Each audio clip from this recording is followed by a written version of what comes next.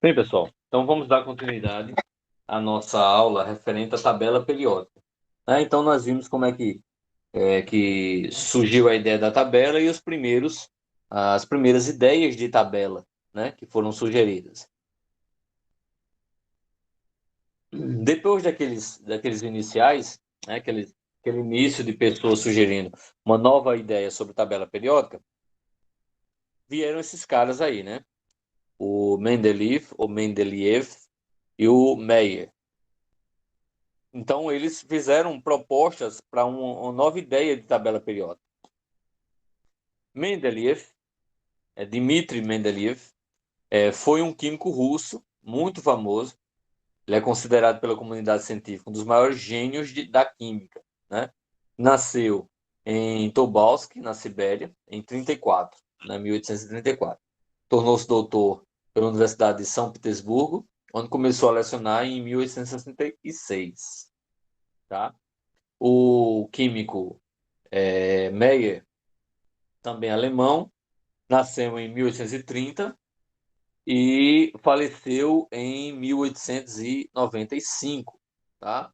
Estudou em Zurique, na Suíça, e em várias universidades alemãs. Foi professor de química em algumas universidades, né? Onde lecionou até o final da sua vida. E eles propuseram uma nova ideia de tabela periódica, né? Eles disseram o seguinte: ó, a base das modernas classificações surgiu em 1869, com dois trabalhos independentes, mas bastante semelhantes, desenvolvidos pelos dois cientistas. Ambos dispuseram os elementos em colunas verticais, em ordem crescente de pesos atômicos. Ainda não falaram em números atômicos, falavam em pesos, em massas atômicas. De modo que os elementos situados em uma mesma horizontal apresentassem propriedades semelhantes. Quando necessário, deixavam espaços vazios de tal forma que as linhas só estivessem em elementos de propriedades químicas semelhantes. Isso foi uma revolução muito grande para a ideia de tabela, certo? Mesmo eles ainda considerando as massas, mas foi uma evolução muito grande, tá certo? Uma melhoria grande na ideia da confecção da tabela atual que nós temos. Embora o critério de construção das duas tabelas fosse o mesmo, ordem crescente dos pesos, Meyer baseou-se principalmente nas propriedades físicas dos elementos e Mendeleev nas propriedades químicas. Isso é o que diferenciava um do outro, tá? E essa era uma ideia aí em que você pode observar dessa nova estrutura de tabela periódica, certo? Essa foi a nova proposta que eles colocaram em questão e colocaram para ser analisada pelo público acadêmico, tá certo? Mas já tinham várias coisas que realmente faziam sentido, propriedades físicas e químicas, tá certo? E características semelhantes. Em que pese o mérito de Meyer, o trabalho desenvolvido por Mendeleev acabou impressionando muito mais, não só pela divulgação anterior, mas principalmente pela segurança e coragem do genial cientista russo. Além disso, conseguiu prever o surgimento de novos elementos. Esses espaços em branco que ele deixou foi imaginando que possivelmente no futuro novos elementos iam ser descobertos e poderiam ocupar esses espaços. Então ele foi um visionário, né? Ele pensou à frente do seu tempo. Ele nem sabia que o elemento químico existia, mas ele já fez uma projeção de que poderia existir elementos que iriam deixar completa a tabela periódica. E realmente isso aconteceu. Quando foi em 1913, certo? Mosley usou para organizar não mais a massa, como Mendeleev, mas usou a ideia do número atômico. Né? Ele imaginou que cada elemento químico ele tinha um número atômico diferente. Que, na verdade, cada elemento químico tinha uma quantidade de prótons diferentes. Todo elemento químico tinha uma quantidade de prótons. E aí ele disse que essa quantidade de prótons ele ia ordenar, ele ia chamar de número atômico. Seria a posição do elemento químico que ele iria colocar na tabela periódica, a partir dessa organização. Então, ele usou de número atômico de cada elemento. Quando os átomos foram ordenados, pelo número crescente de número atômico, os problemas que ainda existiam lá em Mendeleev desapareceram completamente. Ele conseguiu, baseado na Mendeleev, suprir todas as necessidades que os elementos necessitavam. E com isso, foi possível montar a tabela periódica atual.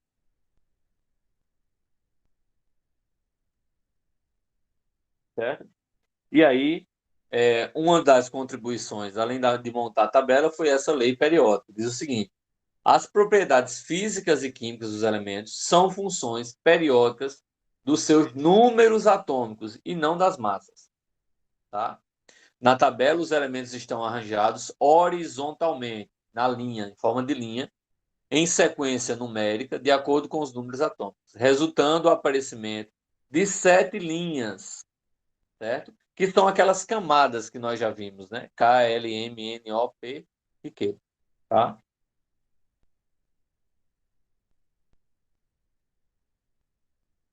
Elemento químico.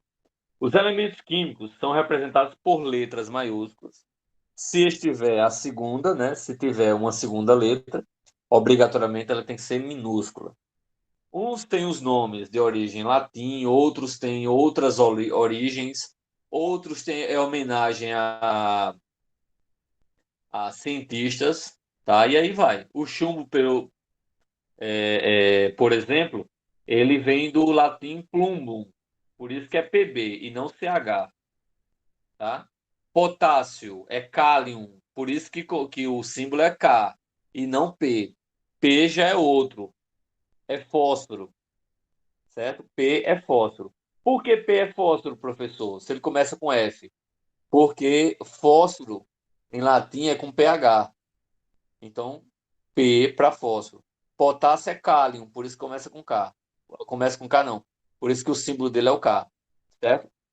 F já não é fósforo, F é flúor, certo? O F ele é flúor. E assim vai. Dependendo da origem do nome, a gente tem um símbolo diferente. Aí, homenagens a alguns cientistas, por exemplo. Cúrio, um elemento que foi descoberto posteriormente. Na verdade, ele não foi descoberto, é um elemento artificial, criado pelo homem, né? Então, em homenagem a Marie Curie, que foi uma das primeiras cientistas, ela e seu esposo, né, a avançar, né, a estudar de forma mais específica a radioatividade. Não é à toa que o nome radioatividade, né, foi atribuído a essa parte da química que estuda a energia radioativa, justamente por conta dela, porque o elemento químico que ela descobriu e estudou foi o rádio, certo? Então a palavra radioatividade é a atividade do rádio, tá bom? E aí, posteriormente, quando criaram esse novo elemento químico, né, o cúrio, deram uma homenagem a ela, né? E o símbolo é CM. O outro, Seaborgio, né?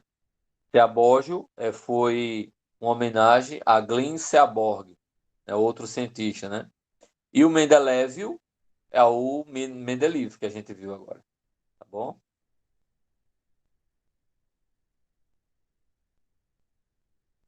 Aqui. O Seaborg, o Cia não, Glenn.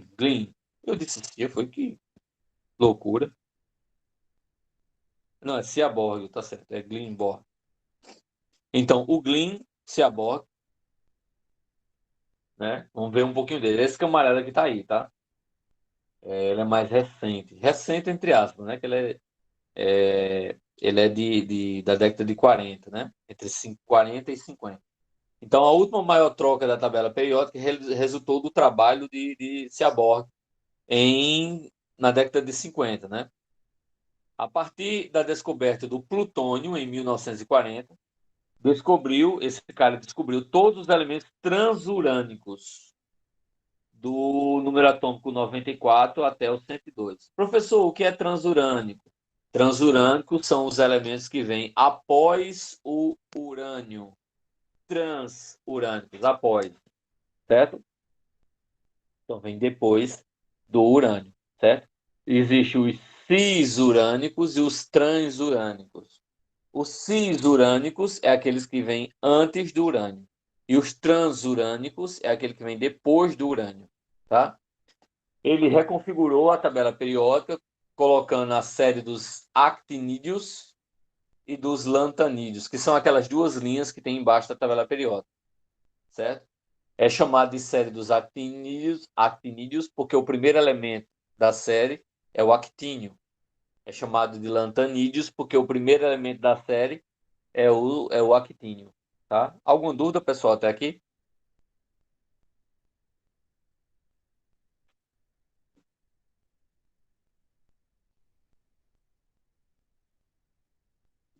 Hein, gente? Alguma dúvida? Não, não. Ah, tá certo. Eu pensei que você Nenhuma. já tinha ido almoçar e tinha me deixado falar sozinho aqui. Não faço não. Então, essa é a tabela periódica, certo? Claro que aí ela não está completa, não é mais atual. Se você ver aí, de 113 a 118, eu vou dar uma ampliada aqui só para que vocês vejam melhor. Pronto. Do 113 ao 118, essa tabela ainda não está completa, certo? Mas atualmente a gente já tem esses elementos todos definidos, tá? E é a modificação feita por Glenn, a última modificação feita, 7.940, tá? Ele diz o seguinte, ó, períodos ou série. O que são períodos? São as linhas, tá? São as filas horizontais da tabela periódica. São ao todo 7, tá certo? São justamente os 7 níveis. Somos dois, Luciano, somos dois. Estou com fome também. Então, veja só. Então, se vocês observarem aí, né? A linha, cada linha representa um período, né? Uma camada. Então, nós temos aqui, ó, a camada. Cadê Jesus? Pronto. A camada K, que é a primeira, L, que é a segunda, M, N, O, P, Q. Mas ele já lança a possibilidade, na oitava camada, já lança uma possibilidade. Já existe? Ainda não. Tudo bem, Mariana? Ele já lança a possibilidade, que seria uma camada, uma possível futura camada R, tá? Uma futura camada R, tá certo? E outra coisa, vocês estão vendo aqui esse rosinha claro? Esse rosinha claro que eu vou botar um 1 na tabela, é justamente essa primeira linha, que é a linha dos antanídeos, tá?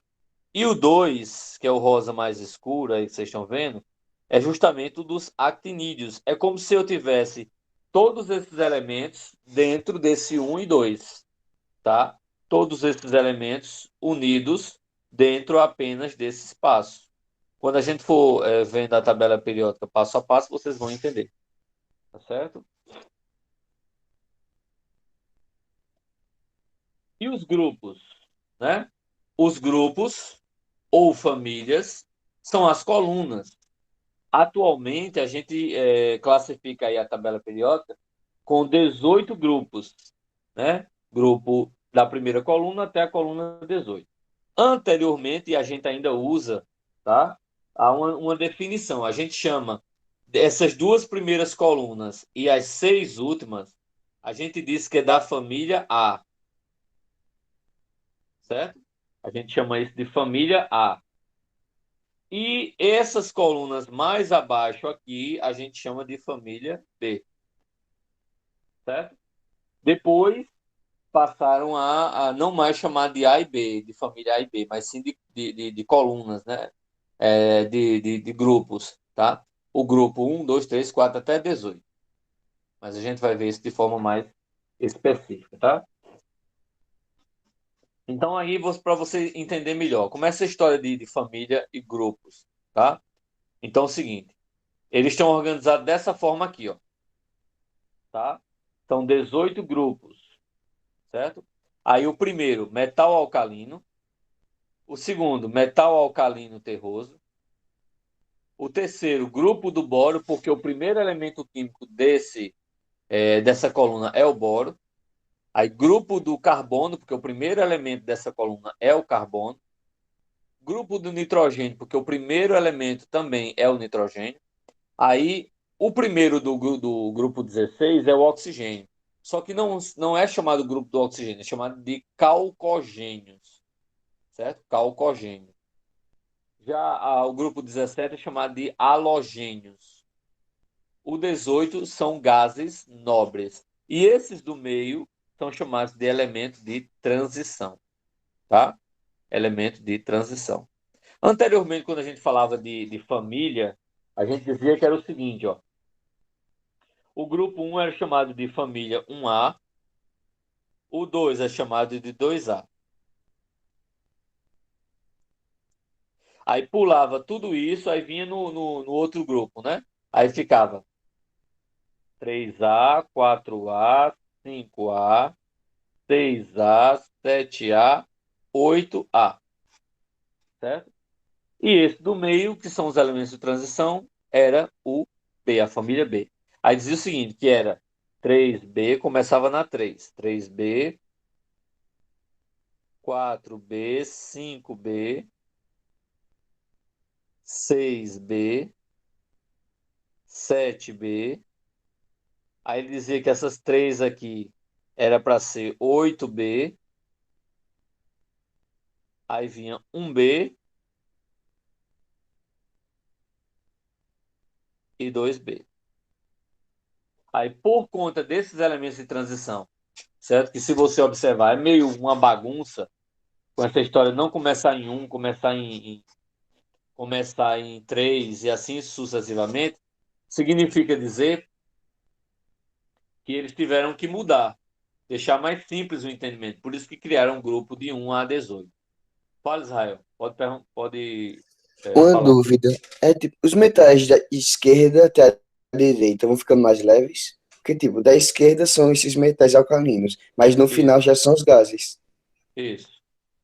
Hum, Aí você quer saber sobre se ele vai ficando mais leve ou vai ficando mais pesado? É isso. Tá. Isso não tem como você definir assim, se vai ficando mais leve ou se vai ficando mais pesado. Porque ele não só cresce. A gente pode definir sobre essa questão de mais leve ou mais pesado quando a gente estuda as propriedades periódicas dos elementos. Vocês vão ver um pouco mais na frente. Aí existe a densidade. São os elementos mais densos e os elementos menos densos da tabela periódica. Tá certo? De forma geral, à direita estão os mais leves, porque tem os gases, certo? Mas não necessariamente, quanto mais à esquerda, mais pesados. Os mais pesados estão no meio da tabela periódica. Porque como é que aumenta o peso da densidade? Como é que aumenta a densidade? Consequentemente, aumenta a massa. Ele aumenta da seguinte situação: para dentro e para baixo. Tá? Então é tipo assim: aumenta da seguinte forma: para dentro, tá? Para dentro. Ou seja, se eu pegar na linha os mais densos ou os mais pesados estão na parte do meio, certo? E se eu quiser saber na coluna onde é que estão os mais densos? Para baixo. Entendi. Então, os elementos mais densos da tabela periódica estão justamente aqui, ó. Os rosas são metais pesados? Aqueles lá de baixo? O rosa? Uhum. Onde é que está vendo o rosa? Que coluna? Não, aquela coluna que fica embaixo da tabela. Eu gosto de mostrado naquela outra Ah, coisa, não, eles no têm outro as slide. características dos elementos que estão aqui, ó. Ah, tá, entendi. Então, não necessariamente eles são mais pesados. A gente, quando analisa a tabela periódica, a gente analisa só essa parte, porque a gente leva em consideração que eles estão aqui, ó, onde estão essas duas bolinhas. Entendeu? Aham. Qualquer coisa é só perguntar. Deixa eu só apagar isso aqui. Pronto. Aí, esses elementos que estão coloridos são chamados de elemento família A ou elementos representativos. E esses elementos do centro é chamado de transição. Aí existe transição externa e transição interna. Transição externa são esses elementos que vocês estão vendo aí. Transição interna são aquelas duas linhas que estão abaixo, certo? É chamado de transição interna. Olha aí os metais. Os metais estão justamente aqui, ó. Deixa eu ver aqui. Pronto. Esses aqui, vou colocar de verde. Esses aqui, todos esses que eu pintei de verde são metais. Todos esses são metais. Tá certo? E algumas características dos metais são eletropositivos, ou seja, a maioria tem as cargas são positivas, certo? A maioria, praticamente 99%, são sólidos, com exceção do mercúrio, que é o único elemento líquido, o único metal líquido à temperatura ambiente, certo? É o mercúrio. Possui brilho, são dúcteis, quer dizer, a capacidade de formar fios. São maleáveis, que é a capacidade de formar lâminas. São bons condutores de calor e de eletricidade. Então, essas são algumas características dos metais. A metais vai estar justamente dentro dessa figura verde, que eu estou pintando aí de laranja, certo? Os ametais estão presentes justamente aí, nesse espaço, na tabela periódica. E algumas características dos metais, dos ametais, né? Ou dos não metais, são eletronegativos, enquanto os metais são positivos, os ametais são negativos. São quebradiços, quer dizer, quebram facilmente. São opacos, em sua maioria não tem brilho, certo? Formam compostos covalentes, né? Substâncias moleculares, que a gente vai ver isso mais na frente. Enquanto os metais formam ligações metálicas ou ligação iônica, tá? São péssimos condutores de calor e eletricidade. Enquanto os metais são bons condutores de calor e eletricidade, os ametais são péssimos condutores de calor e eletricidade. Com exceção do carbono, que apresenta essa propriedade, né? De conduzir eletricidade e conduzir também o calor, tá? Então é só o inverso, né? Os ametais e os metais? Isso. Alguma dúvida sobre isso aí? Não. Posso seguir? Então vamos ver algumas dessas propriedades. Depois a gente volta um pouquinho para ver mais detalhado esses elementos químicos, tá? Então, algumas propriedades que eu falei para vocês. Então, propriedade eletronegatividade. O que é eletronegatividade? É a capacidade que um átomo tem de atrair elétrons, né? Que são os ametais.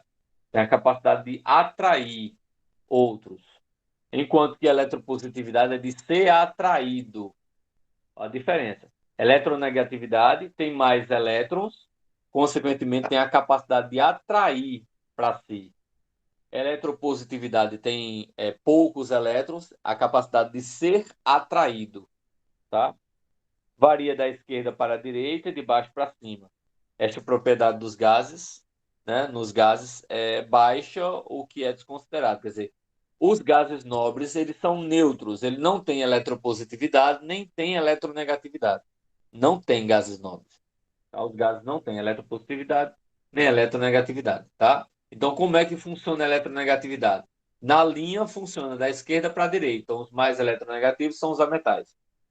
E na coluna é de baixo para cima. Então, o flúor é o elemento mais eletronegativo da tabela periódica. Tá? O flúor é o elemento mais eletronegativo da tabela periódica. Que é esse elementozinho aqui, o F. Tá certo? Então, continuando. Próximo. eletropositividade ou caráter metálico. É justamente o que eu falei para vocês. Tem poucos elétrons na última camada. Então tem a capacidade de ser atraído, certo? Ou perder esse elétron na última camada, que é o mais fácil de acontecer. Varia da direita para a esquerda, de baixo para cima, tá? E também os gases nobres não possuem eletronegatividade nem eletropositividade. Então cresce para a esquerda, ou seja, os mais eletropositivos são os metais, e vai de cima para baixo. Ou seja, na tabela periódica, o elemento mais eletropositivo é o frâncio, enquanto que o mais eletronegativo é o flúor. Está aqui, ó. O mais eletronegativo é o flúor, mais eletropositivo é o frâncio. Alguma dúvida, pessoal, até aí?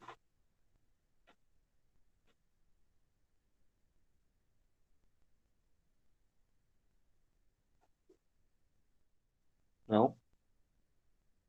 Então vamos lá. Potencial de ionização. O que é o potencial de ionização? Energia necessária para arrancar um elétron de um átomo no estado gasoso, transformando em um íon gasoso. Varia como a eletronegatividade e inclui os gases. A segunda ionização requer maior energia que a primeira. Ou seja, eu tenho um átomo, o núcleo do átomo, e tenho a eletrosfera. Desculpem, deixa eu voltar lá.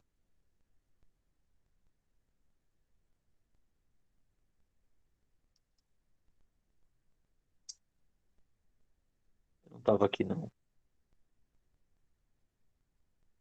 Só um segundinho, tá?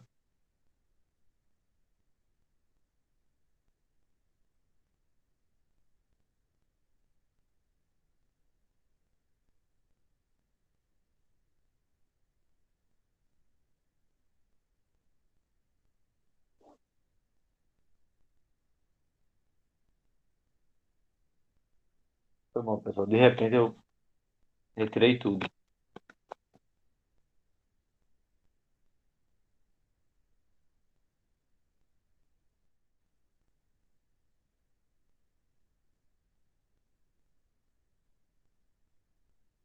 Pronto, aqui.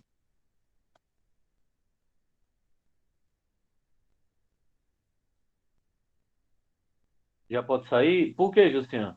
Não acaba, né, meio-dia e 20, não?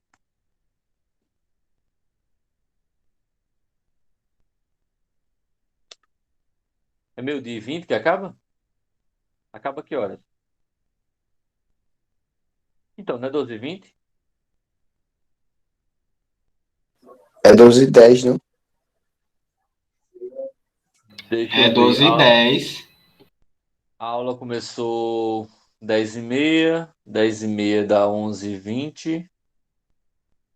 É meio-dia e 10. Estão cansados, é? Com Tô com fome é melhor fome. para descrever, é melhor com fome. Então vamos fazer o seguinte, vamos dar uma parada por aqui, já que a gente tem essa quantidade de aula semana que vem, tá certo? Vamos Certo.